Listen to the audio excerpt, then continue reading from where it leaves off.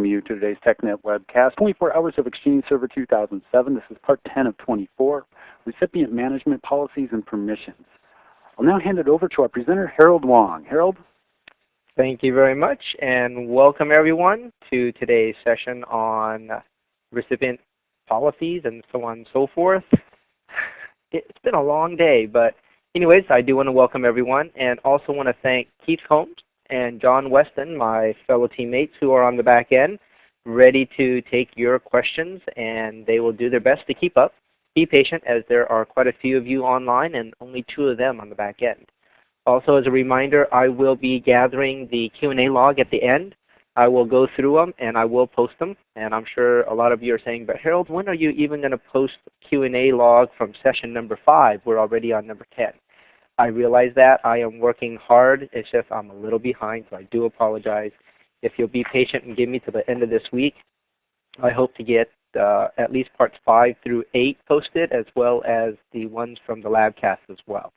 So I am working hard at getting that. If you have any questions at all, feel free to post them. You can also email me if you would like after the fact. My email address is up here, as well as my blog address. Also, if you need the dial-in number, go ahead and write that down now. I just highlighted it right there. It will come in handy as something goes on. Usually we see a lot of folks that have issues, maybe midway through. That way you have it, you don't have to ask for it. And also, I know that for session 7, I believe 7, 8, and 9, I've seen emails and problems with the download for the PowerPoint deck, as the link is broken. And I know that the folks on the webcast team are looking into that and working hard to get that corrected. So be patient with that as well. With that, let's go ahead and jump into today's session, which is on recipient management policies and permissions. But before we do, as I always do, we'll go into a review of what we covered on Monday, or actually at this point what we covered on Friday, as Monday was the hands-on lab. But this time around we will look at the management model, we'll look at the permissions model, we'll look at the recipients and the different types of recipients, how we can configure recipients, right? Kind of exploring both the management console as well as the management shell within Exchange. But as I said before, let's go ahead and jump into the review of what we talked about from a PowerShell perspective on Friday.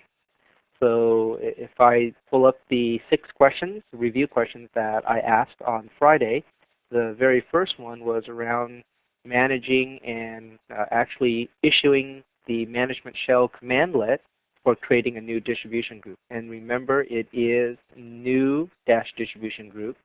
Most of the things when we talk about creating new things generally do start with the new. Right? If you want to modify things, usually it starts with the word set, because you're setting a property. So once you get familiar with how the commandlets work, it won't be as difficult. It does take just a little bit of practice, and you will get that down. Right? And then when you look at the management shell, in terms of bulk operations, you can indeed do all of the 3 things that are listed, hence why all of the above. Because remember, anything that I can do from the GUI, I can definitely do from the command shell or the management shell. And a lot of the tasks in the management shell, I can apply settings, or I can do bulk type operations on a lot of the different settings or commands that I can perform from the management shell, which is the equivalent from the the management console, the GUI interface, where I multi-select multiple items.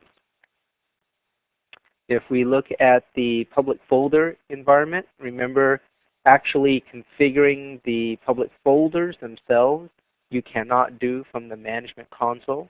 So if you want to do anything in terms of actually creating and setting permissions and any type of modification to a public folder, if you're not going to use the Outlook client, then you do need to use the Exchange Management Shell. That's the only way to get in and get information about public folders, to set the public folders, to actually create a new public folder, right? All of that is done via the management shell from a management perspective.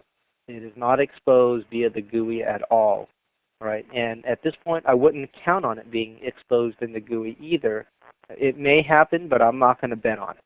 Because remember also that public folders has been de-emphasized, so it's not something that we are going to continue to innovate against and try to create new, cool wang bang type capabilities within the public folder architecture. It's still there, we still support it, but we're not doing a lot of brand new innovations around it. If you look at PowerShell scripting in general, so the 3 questions here apply not only to the Exchange Management Shell, which is based on PowerShell, but also just the PowerShell in general. So if you're trying to do scripting and you want to actually read input from the host or the user, then you will issue a read-host, and that way you can actually read input from the host. And I showed an example of that on Friday where I created a script that asks for some information so that I can sort output based on, last log on time or username or something like that, right? And I'm prompting the user for input. And then I take that prompt or that input and I put it into the script as a variable. So you would use the read-host to do that. Very important thing, because if you're trying to create scripting that's reusable, that can prompt for information, you do need to take advantage of that particular commandlet. And then also when you're asking for information such as a password, then you do want to use a secure string in terms of the data type, so it is passed securely and grabbed from the screen securely. When we take a look at outputting anything from the PowerShell or the Exchange Management Shell, then you need to understand that there are different types of output that we can always generate: HTML, XML, CSV. So all of the above is true here. And in my example in the demo on Friday, I went ahead and did a convert to HTML and then outputted it as HTML so that from a browser I can open it and see it in a browser format. All right, so when you look at scripting in general, there's a lot of power. And I would encourage you to go take a look at a lot of the built-in scripts that just come with Exchange 2007, because that is indeed there, and you can see the power behind scripting. Also take a look at the TechNet Script Center, because there's a lot of great scripting pieces that are there, whether it comes from Microsoft. We have a repository where the community can also submit scripts. And I would encourage you to go take a look at that and see if there aren't scripts that are already pre-created that you can take advantage of without having to reinvent the wheel. Right? So maybe somebody's already done something that addresses 95% of what you're looking to do, and then all you have to do is modify that script and add in the additional 5% that you need. It saves a lot of time that way. And I don't call that laziness. I call that conserving energy and taking advantage of what's already out there, right? Sharing of knowledge amongst the community. So with that, let's go ahead and jump into today's topic, which is around the recipient management model. So if we look at managing recipients, let's go ahead and build this out. Unlike Exchange 2003, where when you create a mailbox and you start to mail enable your AD object, we have to wait for the recipient update service to first run and then stamp that AD object with the appropriate Exchange attributes before the mailbox is actually enabled for that user to log into. Right. In 2007, we move away from that model. We no longer depend on the Rust unless you're still in that 2003 coexistence environment, because 2003 required it. We'll continue to use it for that purpose. But outside of that, we no longer are dependent upon the recipient update service. So the moment you mail enable an object, the AD object is immediately modified, and that recipient is now turned on instantaneously or at that moment in time. And that's where the instant on recipient component comes into play. So just know that the moment I mail enable somebody, it is enabled. I don't have to wait 5 minutes or 3 seconds or whatever. It's just done. So we have changed away from dependency on the recipient update service. Also, when you look at the different types of recipients, there's the mailbox or the user type recipient, but we now also have meeting rooms or resource recipients. So there's the meeting room, there's a meeting room resource. So we've kind of made sure that from a attribute perspective, there are more capabilities for the administrator of Exchange to specify a meeting room and put in extra information that can be searched and indexed. Things such as the capacity of the meeting room. What type of equipment is in there? Maybe it does have a projector, and the projector can do 1024 by 768. The meeting room has 12 network or network taps, as well as a speakerphone, right? A Polycom or whatever that is, versus a Polycom with video feed and so on and so forth. You can also create a recipient type that is for a actual resource, such as a projector that you can check out. So now I can reserve my projectors from the Exchange environment. Admittedly, somebody has to manage the physical, devices, but at least we can have a resource with a calendar associated with it.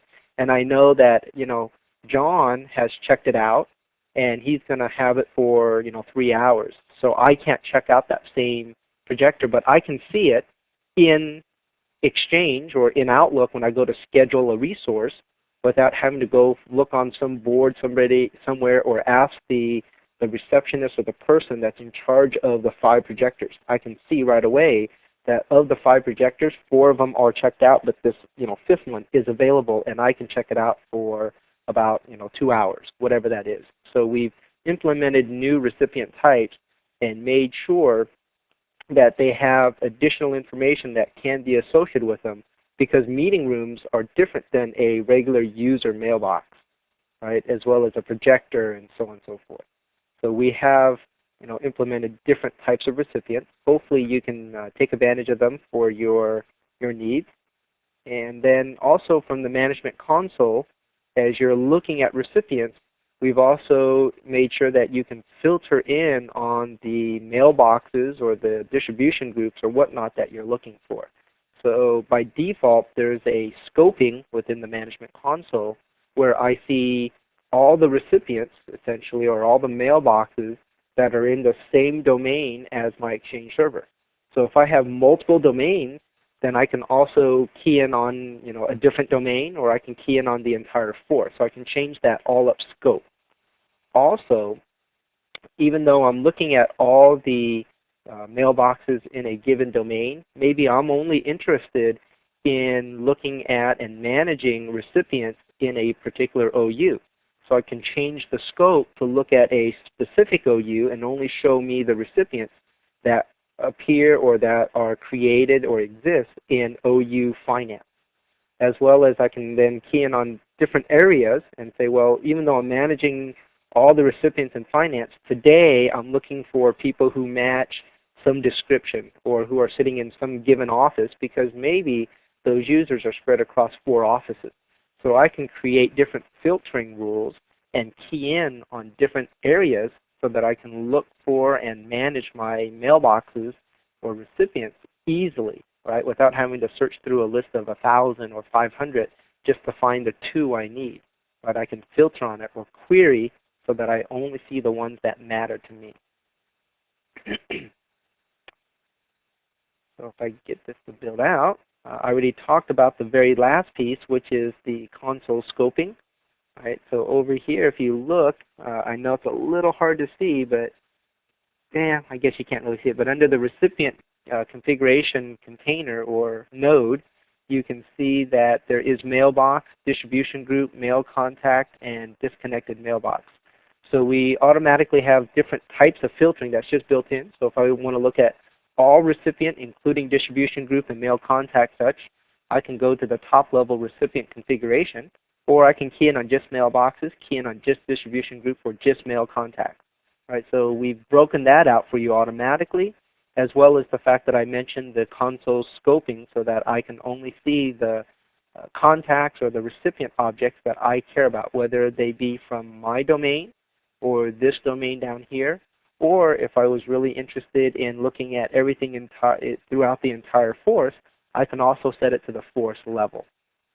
Right, so let's go ahead then and take a look real quick at working with these different recipient types and using the filtering and the scoping in this very first demo. So if I go ahead and go to my sharing, let me know if you are having any problems seeing my virtual PC. It is my C-EXC01. So I will wait just a second while I take a sip of water in case anybody's having a problem. We're seeing it right now, Harold. Just to let you know. Alrighty, great. And I will work real hard on making sure I don't move too fast because I know there's always a delay of some kind due to latency on the internet. So let's go ahead and bring up my Exchange Management Console. If I go to my recipient configuration, you can see that I have quite a few objects in here. I'm scrolling down, and that is a fast scroll, but let me just move up. Here you see a dynamic distribution group, and this is a user mailbox. The icon is indeed different for each one, right? So this one has the mailbox icon. This has two heads in there, which is a distribution group icon. Right? So we've kind of differentiated the different types of objects that can be created in here so that you can even see graphically. If I come down to just the mailboxes, because all I care about may be mailboxes, then I can see only the mailboxes, versus clicking on distribution group, then I only see distribution group objects, right? So the key here is that we've given you some, default breakdown or grouping, but you can still go in and create a filter. So up here I've got the create filter option. So I can create a filter and filter in on just specific things that I really care about. Right? So let me come over here to mailbox, and let's just real quick create a filter so that I can just filter in on something. Maybe I care only about, let's see, maybe first name. Let's pick somebody with a first name that starts with, and we'll just put in an S, and we'll apply that filter. So now I see only the S's, right? And I can add an expression. I can have multiple expressions. So maybe the first name starts with an S, and the last name starts with a B, or whatever that is. So I have the ability to come in and add different expressions. So let's just do that real quick. Right? Maybe it is the last name that starts with a B. And let's apply that filter. So now I've broken it down to only two mailboxes, and maybe those are the two I want to enact upon, and I can select both and then perform my move mailbox. Or those are the two people that left, and I want to disable their mailbox or remove their mailbox. Right? So there are great capabilities, right? Which is what I'm just trying to show you is I can come in and do this filter. And after that, maybe I just want to remove the filter. I go right back to displaying all mailbox items. Let's go ahead. At this point, I'm going to create a new mailbox. And instead of doing a regular user mailbox, let's go ahead and create a room mailbox and see what type of information I can do for rooms. So let's go ahead and click Next. I can choose to create a new user or select an existing user. So if I select an existing user, it's going to come in and look for disabled users, because those are the ones it's going to try to use for room types. Or let me just come ahead and create a new user. And at this point, let's create a user called Meeting Room Superior, or whatever it is. It's up to you. I'm going to go ahead and put Meeting Room Superior, and that'll be the first name and the entire name. The logon name, I'll also put in, just put Meeting Room Superior. Can't type superior. We've got to have a password. So let's put in my very secure password. I don't want the user to change password because this is for a meeting room. It's not that someone's going to log into it. So whatever I set is the one that I'm going to keep. So let's go ahead and click Next. Notice I've got an alias here. Put in the mailbox database that it's going to go into. And let's go ahead and click New. So as soon as it's finished creating, you'll see that there is a meeting room mailbox. Notice that the type is room mailbox. And even look at the icon over here. It does look different, right? So just know that we've tried to make it from a visual perspective easy to tell as well. But over here, if I want to set additional information such as resource capacity, right? So now there's a tab called resource information, and maybe this resource capacity has the ability to hold 50 people. I can go ahead and add in custom properties based on what I've defined. Right? Some of these things I can set from the command line or the command shell, the management shell. I keep calling it the command shell. But know that you can add in different custom properties as well as putting in all the standard information that is associated with a user object in AD. Right? So I can still see all of these different pieces, and if it makes sense to add in one of those, then go ahead and just use one of the existing. But either way, know that I can add in resource information-based settings. So I'll click OK there. Right.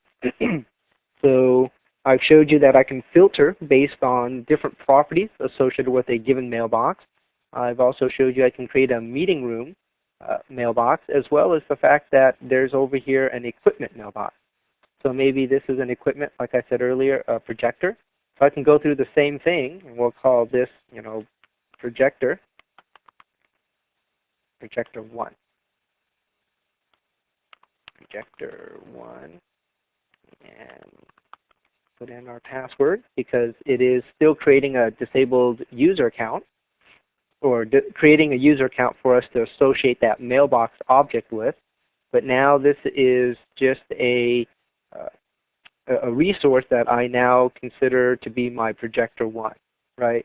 But if I look, it still has all the same settings as my meeting room type resource, but now it's just something that from a graphical perspective and the way it's looked at when I am scheduling resources, it will show up as an equipment mailbox rather than a resource mailbox versus a user mailbox. And that's the key piece there. Right. One of the other things I talked about was this scoping. So let's take a look here. If I click on recipient configuration, even when I was at mailbox configuration, you can see that the scope was set to contoso.com. So it is by default showing me everything in contoso.com. So if I want to change the scope, I can choose to modify recipient scope by right-clicking on the recipient configuration. Right now, it is specified to look at contoso.com. I can key in on, maybe within contoso.com, I only care about finance. Right? And if I click OK here, well then of course it's only going to show me all the objects that exist in the finance OU. If I want to switch to an entire forest level, then I can say view all recipients in the forest, but I do have to specify a global catalog server. And for me, I only have one domain, so that's going to be the same whether I'm looking at the entire forest or looking at the contoso.com domain. But just wanted to make sure that that you have the ability to come in and change the scoping, looking at different things from a different viewpoint. All right, so that's all I'll go ahead and go through at this point, and we'll just bring an end to this. I'll go ahead and play with mailboxes a little bit more and try to get into a little bit more around distribution groups in the next demo. But at this point, let's go ahead and jump back to my slide deck. And let's just check off and make sure that I did cover off on the different recipient types. I showed you the user mailbox, talked to them, and that's a very basic thing, but also the meeting room type recipients as well as the equipment room recipients. I went ahead and showed you how I can filter in using the filter and adding different expressions, as well as the fact that I can change my scope based on a domain, the entire forest, or a given OU, and only see the objects that are pertinent to what I'm trying to work with. So if we continue on and look at actually working with different mailboxes, and notice it's just automatically building everything out for me. Gotta love that, huh? Didn't think it was going to go through everything all at once. Let's see if I can back that up. We'll just do this. Okay, so I talked about enabling mailboxes. Right, that's very straightforward. So if you want to come in and enable a mailbox, it's very easy to do. I create a new mailbox, enable it. I can also go to the management shell and do the same thing. If let's hope this doesn't continue to go all the way through. If I need to disable a mailbox, I can do the same thing, right? And I showed you how we can disable the mailbox. You right-click in the management console and say disable mailbox. Very straightforward, very easy. The next piece is the one where, creating a new mailbox is actually creating a brand new one versus enabling. Sorry about that. The remove mailbox is the one that a lot of people may not totally understand or fully understand. But if you are looking to actually delete a mailbox, right, there is a couple of different ways to do this. I can remove versus delete. Do I delete the AD object as well, or do I just delete the mailbox and put it into a disconnected state? Right, so those are the two things, I guess, that are slightly different. But if I choose to remove the mailbox, it will actually remove the mailbox and also remove, brain fart, it will also remove the AD object associated with it. So if that's something you want to do, you can do that. So remember, if I choose to remove the mailbox, it not only disconnects the mailbox, right, puts it into that deleted state, and when the maintenance cycle comes around, it'll purge the mailbox, but it also deletes the associated AD object or user account that goes with that particular mailbox. In terms of modifying or working with the different recipient email address information associated with an object, from the management console, instead of seeing all these different address types, we now only have one, right? That's SMTP. That's the only key one, and then everything else is considered a custom type. So if you are going to work with anything else, it's going to be custom, but by default, everything is SMTP based. If you do want to modify an X400 address type, or you want to modify the Microsoft Mail address type, then you do need to use the Exchange Management Shell to do that, because it is not exposed in the management console. All right, so just know that sometimes you may have to go into the management shell to perform some of the management as it relates to address space or address types, right? Because these over here are now not as frequently used. Right? Most people are not using MS Mail nowadays, we hope, as well as the note stuff and so on and so forth. But remember, now in the management console, it's SMTP, and then everything else is considered custom. So if I want to create a mail-enabled contact, I can still do so. A mail-enabled contact, I guess I should erase my little things here. Hold on.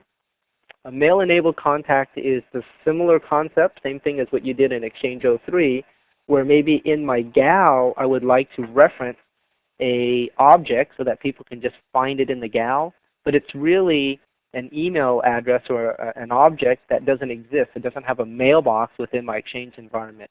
Rather, it's an address for some external vendor that I use on a regular basis, or that you communicate with on a regular basis. So you can still create these mail-enabled contacts that sit in your gal but do not reference an internal object. Rather, they reference an external object. Moving on to distribution lists, we now have made a few changes here as well, but very similar concept to what we had in the Exchange 03 environment. Right? But now in distribution groups, they are based on universal distribution groups. So if you're going to try to re-scope an existing non-universal group to an Exchange 2007 distribution group, you can. Just be aware that there may be some that don't rescope, or that can't be upgraded, if you want to call it that, due to the group within a group type scenario. So if you have one group within another group, just know that there are some restrictions around whether a local group can sit within a universal group, and so on and so forth. All right, so there are some groups that may not be able to be rescoped, but I'm sure you'll find those quite easily. Within Exchange 2007, we now have mail-enabled universal security groups, distribution groups, versus a non-universal group, such as maybe I do have a global group and I just want to mail-enable that because it's already there and I'm just going to mail-enable it. So that's a non-universal group, but we can still mail-enable those. The one that a lot of people are curious about, I'm seeing, is this dynamic distribution group. Now, we had dynamic distribution groups in Exchange 2003 as well, because it's something, now it does depend on a Windows 2003 AD environment, but the dynamic distribution group is where I can come in and I can create a distribution group that membership changes dynamically. So if I step back and say, well, when I create a distribution group, generally speaking, I would go create a distribution group and then I would add the 5 people to that distribution group that I want in that group. Now, if somebody else starts, say John Weston joins our team, and I need him in that group as well, then I must manually go and update the membership of that group. Right? That is a static distribution group, which is what the first 3 are. But the 4th one, that dynamic one, is where I say, okay, I am going to create a filter, essentially, a criteria string that says anybody who has the description of IT or network administrator or TechNet event presenter or whatever that is, so I can define what that criteria string is, and that's what I use to determine membership. And now, when John Weston joins our team, we update his title or we update his department to say TechNet events. And the moment that happens, he's automatically a member of the TechNet events distribution group. Why? Because that distribution group dynamically updates based upon a query, and now that John's mailbox fits within the query, he's now automatically added. And when he leaves our team and he joins, say, the MSDN events team, we'll change his information to say MSDN events. Now, automatically, he's no longer part of the TechNet events distribution group, but he's part of the MSDN events distribution group, because that's also a dynamic distribution group in my example here. All right, so when I create these dynamic distribution groups, they are based on some filter or result of a query that I define once, and now I don't have to worry about going in and manually updating membership in that group. I just have to remember what it is that I'm keying in on and make sure I modify the appropriate properties of that user object so that the object properties are modified and then they automatically flow into that particular distribution group.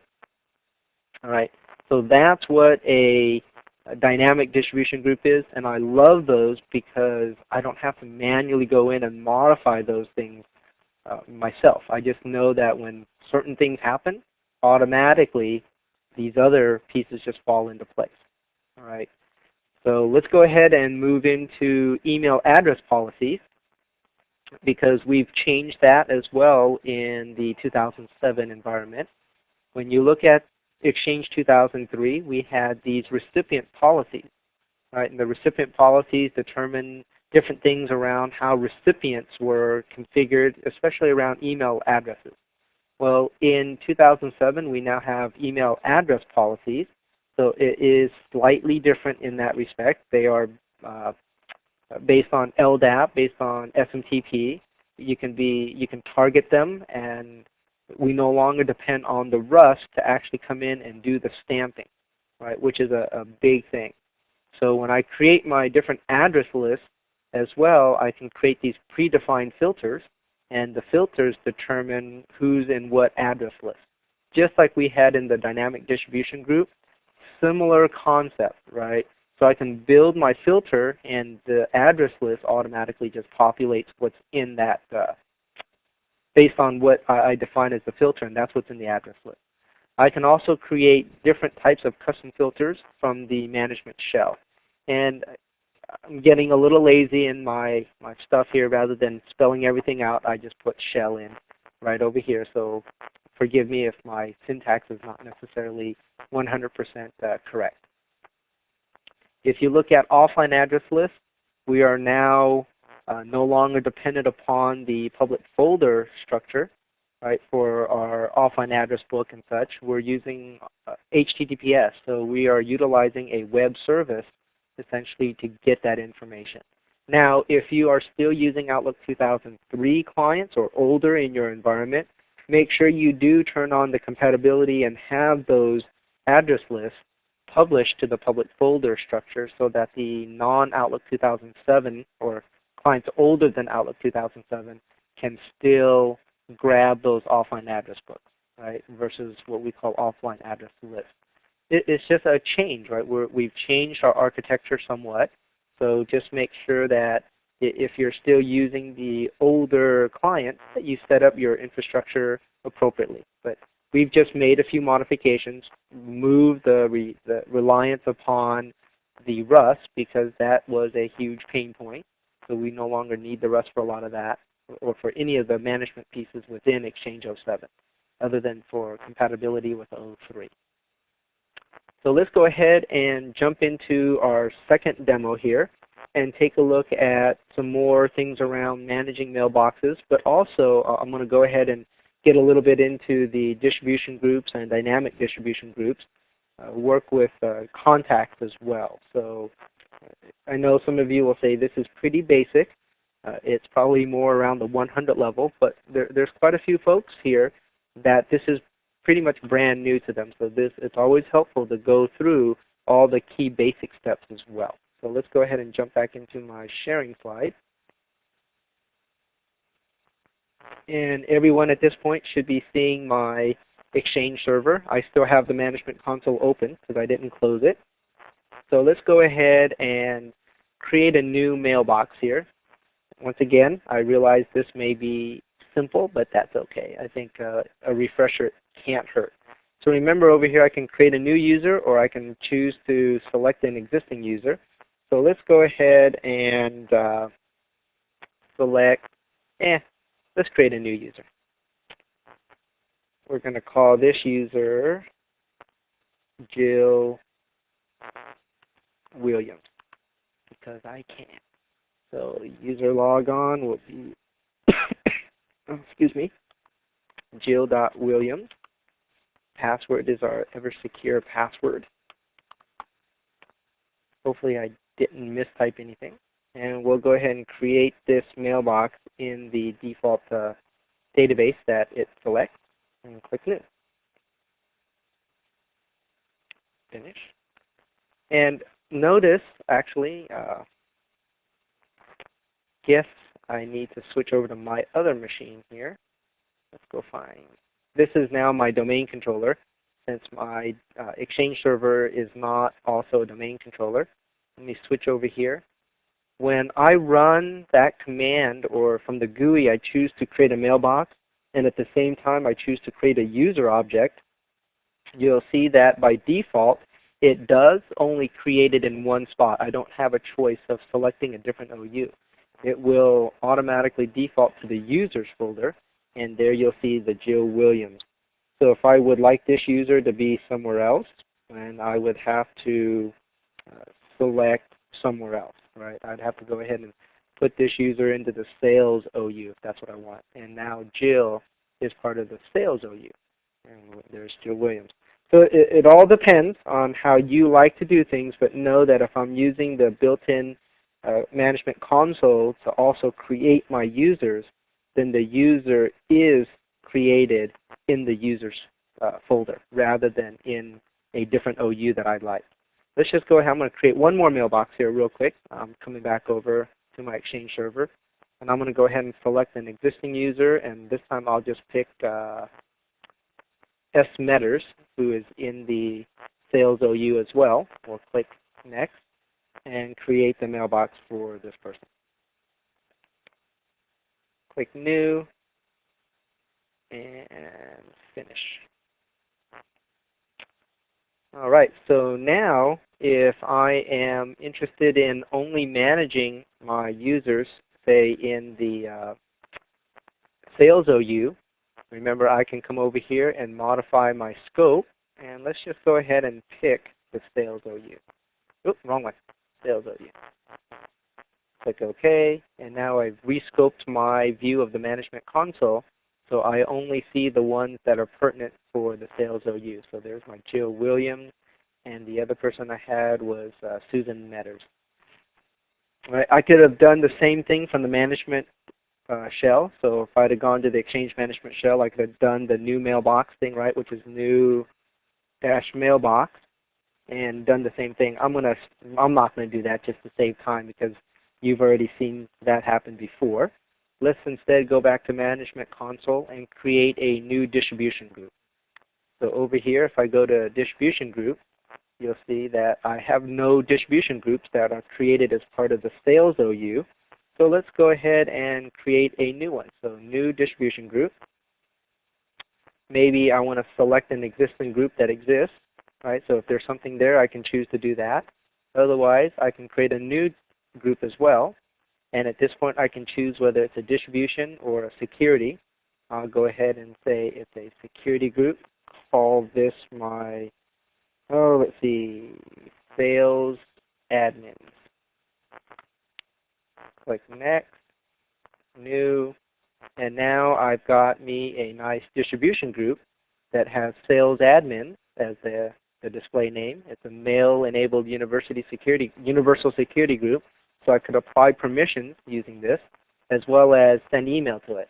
And if I want to actually modify the membership here and add members, I would go to the properties of that group, go to members, and then I would add in the members. And so in this case, since I'm already looking in the sales OU, maybe it's just these. I'm going to randomly select some folks.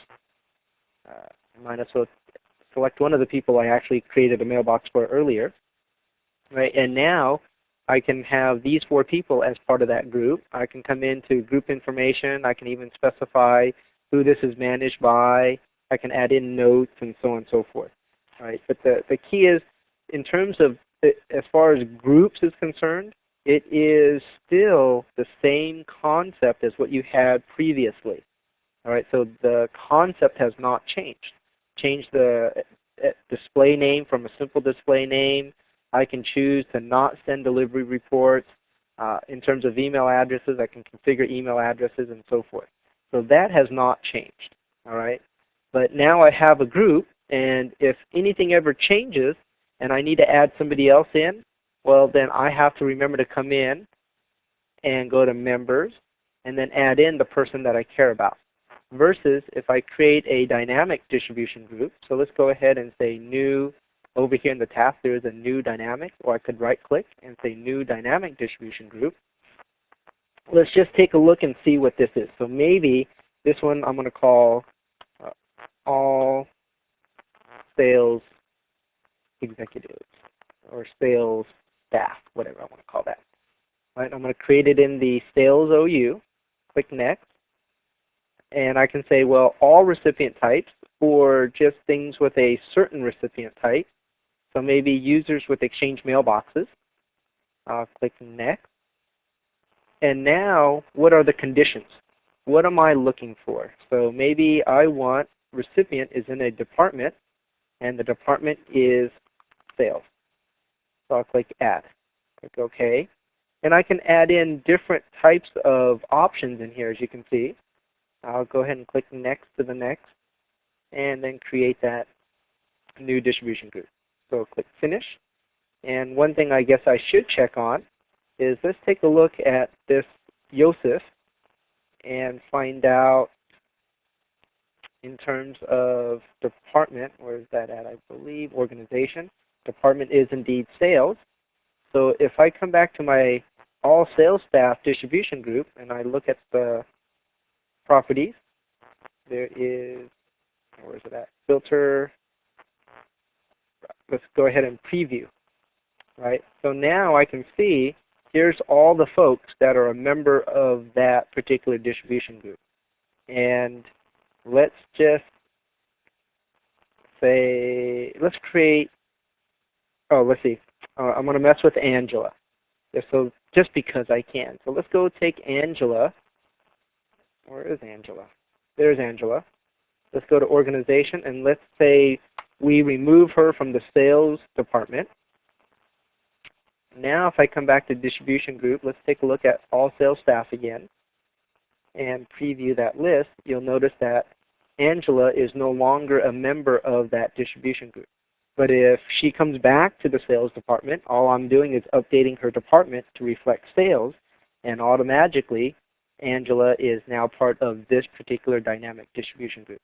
And I don't have to worry about coming in and manually always worrying about, did I add that person in? Did I forget to? Did I remove that person?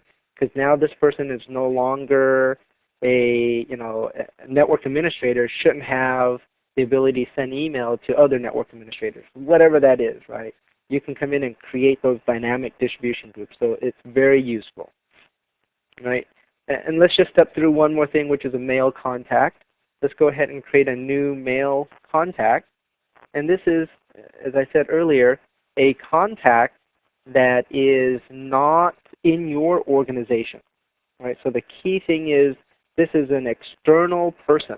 I just want them to be listed in the gal. So maybe for this example, I'll put Keith Combs. Click on one of my coworkers. His external address is keithco@microsoft.com. But because we communicate with him on a regular basis, I would like my users to just be able to select them from the gal. Also, because we communicate with Keith on a regular basis within Contoso, we want to make sure we can add him to different distribution groups, right? So now we can go ahead and add Keith to a distribution group because he is listed in the gal as well. So just want to make sure that you understand that even though you have external references, you're more than welcome to create these mail contacts and mail enable them and be able to send emails even though they don't technically exist within your environment. All right. Now, let's say later on we don't communicate with Keith anymore. He's moved on. He's doing something else. You can always choose to remove or disable that contact as well. Same thing applies to a mailbox. So let's say Angela decides to leave the company. I can choose to disable her mailbox, and her mailbox goes into a disabled state. But if I switch over to my AD server, let's refresh my screen just to make sure. Right, here I am in Active Directory users and computers on my domain controller, and you can see she is still there. Right? We didn't delete her user object. We just disabled the mailbox. So let me come back to my Exchange server. Let's go take a look at disconnected mailboxes. Right? Because I disabled Angela's mailbox, her mailbox now shows as disconnected, and I can choose to reconnect it if I like. So let's go ahead and reconnect. We'll match to Angela, and now Angela has her mailbox back. Of course, I could have reconnected it to somebody else because maybe Angela did leave, Angela did leave, and we wanted associated with somebody else.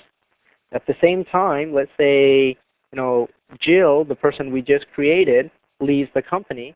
I can go ahead and choose to remove. And notice it does say removing the mailbox will remove the Windows user object as well. So if I say yes, there goes Jill's mailbox. Right? It's gone, not even in the disconnected mailbox. It's removed. And if I come back over to my domain controller, if I refresh this window, if all goes well, where's refresh? Why is it not refreshing?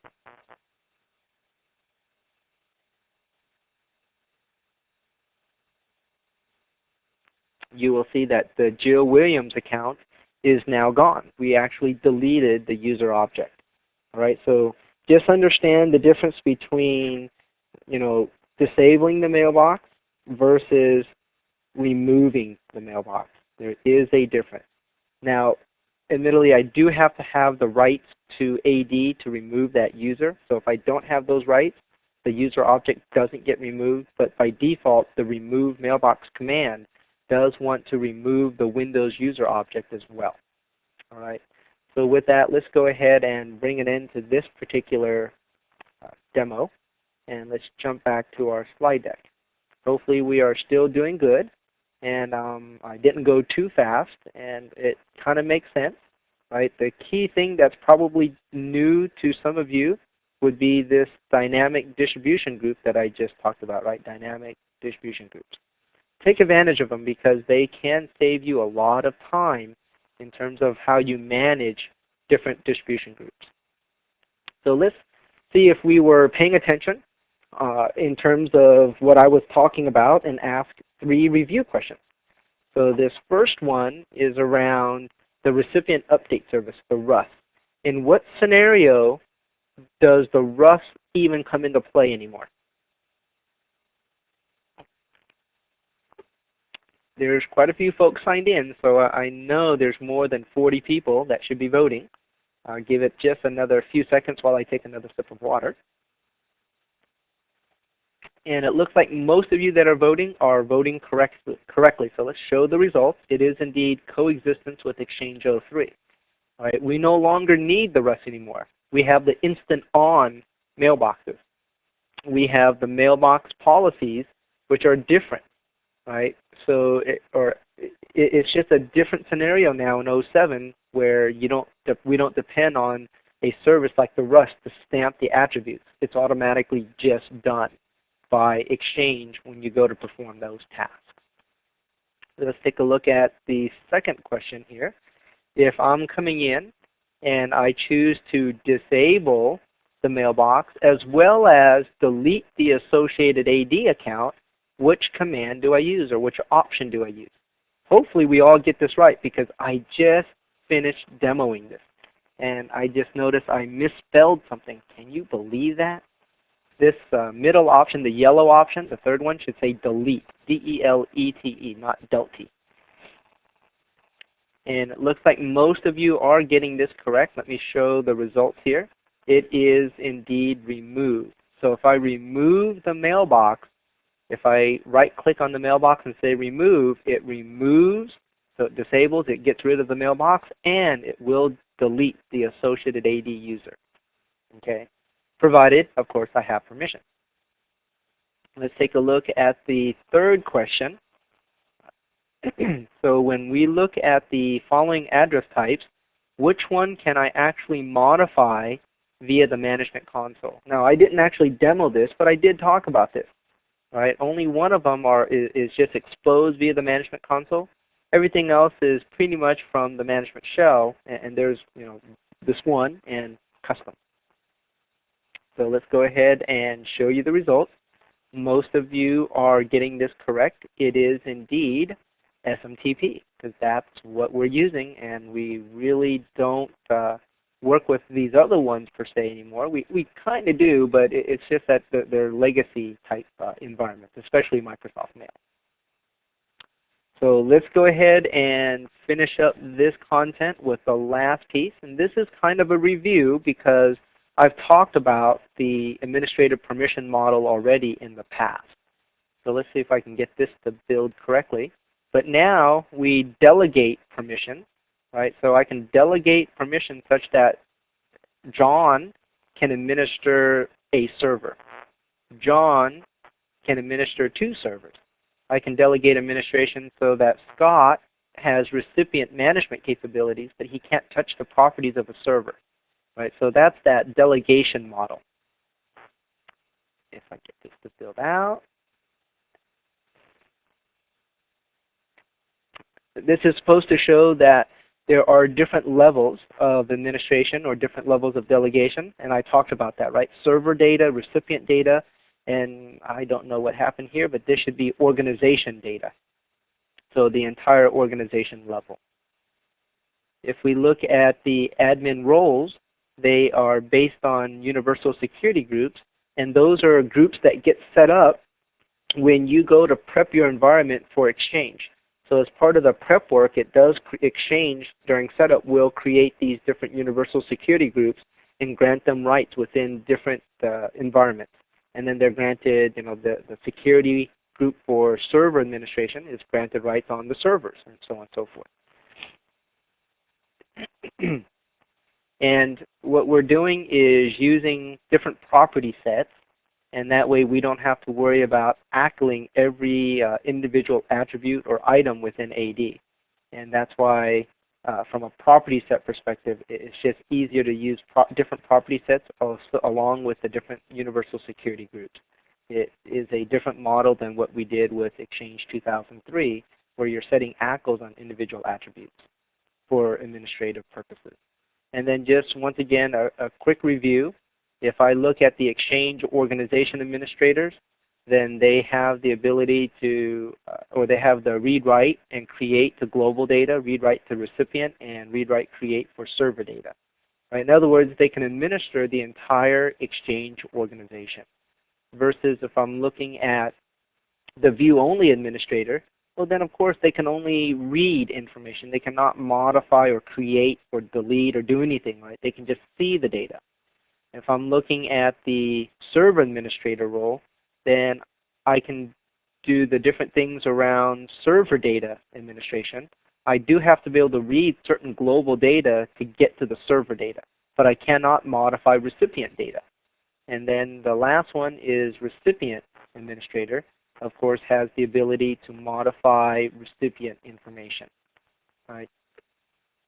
One thing I also want to point out is if I have a Windows admin account, right, this Windows admin account is essentially the domain admin. For a domain admin, they also have the ability to modify recipient data. Now, you're saying, why is that, Harold? Well, remember, these are just the common attributes associated with an AD object. So when I go in and I modify specific settings around, say, the department, isn't that a recipient data piece? Well, it is, right? So that domain admin or that Windows admin, if they've been delegated rights to that OU as well, do have the permission and the rights to go in and modify specific settings around recipient data or recipient objects, because they're a recipient administrator as far as AD is concerned. All right, so keep that in mind as well. Let's go ahead and jump into my last demo. It's going to be a fairly quick demo, and I have shown some of these tasks before, but I want to show you the delegation wizard, and then actually we'll use the management shell to actually go in and take a look at different permissions. And this is going to be a little repeat to a degree of what we did last Friday using the management shell for some of these advanced capabilities. So let's jump back to my Exchange server.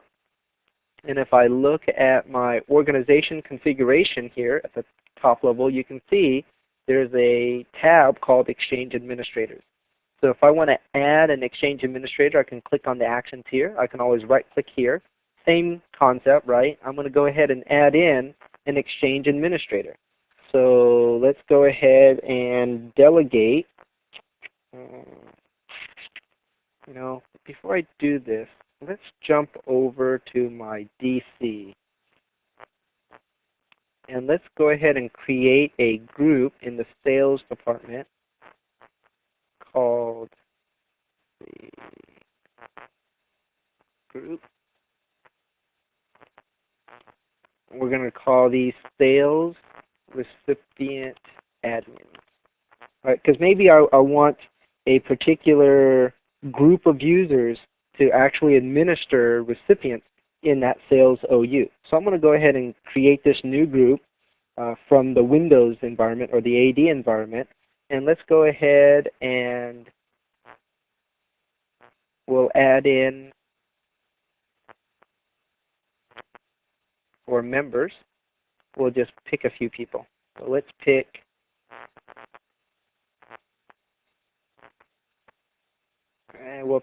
Angela, and we'll pick, I think that's Brian. Either way, we'll pick two and click OK. All right, so they can do some self-servicing on their part. I'm going to click OK here. And let's now jump back to my Exchange environment. And we're going to do recipient administrator role. Whoops, it would help if I specified the group I was interested in. In this case, it's Sales Recipient Admin. Click OK, and then click Add. And now this Sales Recipient Admin has recipient admin rights, right? Admittedly, it does say to the entire organization, but those users can't view anything. I'm going to go ahead and create a, excuse me. Ooh. I'm going to go ahead and try to create an actual Exchange System Manager or Exchange Management Console component for just the recipient configuration. So, and I know I'm already running out of time. Let's just see if I can get through this real fast. Program Files, Microsoft Exchange, and under bin, there is, where is it at? Exchange Management Console. Let's go ahead and do a start. Run. Drag that in. Go to the end. And we're going to do switch A. If you just be patient and bear with me, I just want to show you that you can actually set this up so that it does come in with limited access mode, right? So the nice thing, click past this. I'm going to go ahead and do a new window from here. And notice in this management console, all I'm doing is looking at the recipient configuration. And even on top of that, I can still set so that this keys in on only the sales organization. Right? And now when I save this out, I want to save it so that this MSC file is limited access. All they see is this recipient configuration console. Right? So now I do File Save As, and I'm going to say recipient only for sales. And let's just put this on the desktop. And now the key I'm trying to point out is from this environment, I would expose this MSC for somebody to use for those two that I delegated administrative rights to, so that they can actually just come in and all they have the ability to do is open up and modify the recipient stuff for the sales OU in Contoso.com, because that's all I'm granting them the ability to view and to work with. All right, so that's some basic stuff that hopefully you can take advantage of as well. And then the last thing I want to show is from the management console, or the management shell, is if I need to set permissions, remember, we can do that, and that's over here. What is it? Let's get Exchange Administrator. If I type that command, it's going to show me what the different Exchange administrators are. And notice in here I do have the Sales Recipient Admin. And if I wanted to set permission on that particular object, I could do so. Right? I can get the permissions, and then I can set access rights and so on. And I did this kind of stuff on Friday last week, where I did a get mailbox, and we'll pick on, who is it, Jay Hance, because I see that user right over there. So if I get Jay Hance, I can also pipe and say get mailbox permissions, and then I can see the permissions on that mailbox and who has access to it, and I can set some of the different access rights and so on. But the key here is sometimes you may need to come into the management shell to perform some of the permission setting. The delegation piece I can always do from the management shell as well as from the management console. And then just create the management console, the MSC file, to give out to those users so that they only have access to what you've given them access to. All right. So let's go ahead and bring an end to that sharing. And I do thank you for your patience. I have 3 review questions, and then I'm going to turn you loose on the survey and let you get back to your wonderful workday. So let's go ahead and take a look. When we consider the different administrative roles, which one has the permission to modify things at the server level only? Hopefully this is a easy giveaway, right, because they can only modify the server level. And I'm sure some folks are just messing with me, but that's okay. So let's go ahead and show the results here. It is indeed server admin, right? And as you can see, I got a little lazy in my slide deck. I didn't spell everything out, but that's okay. Let's go to the second question here. Which of the following tasks can a domain admin perform within Exchange 2007? All right, so what can a domain admin, and this is what I kind of pointed out in terms of what they have access to, right? Remember, what does a domain admin touch that is common to what an Exchange admin might touch? And it looks like of the folks voting, most of you are, or a higher percentage are getting it correct. So let me show the results. It is indeed messing or touching the AD user as it relates to the mailbox, so mail enabling a user. And then let's look at the last question. So which of the following is the design goal of property set? Right, and I briefly talked about how this makes, deals with the administration of setting permissions and actually setting out the different delegation models and so forth. So hopefully we'll all, or most of us, will get it right. And of those of you voting, it looks like more of you are getting it correct. It is to streamline the administration, right? The administrative roles, taking advantage of the different property sets, is so that we can streamline how we administer Exchange, how we delegate administration, who we give those administrative capabilities to, or view-only type capabilities to. And so with that, we are done with session number 10, where we took a look at managing our recipients using the management console as well as the management shell. So remember, we no longer use Active Directory users and computers to do so. It is using the 2007 tool set.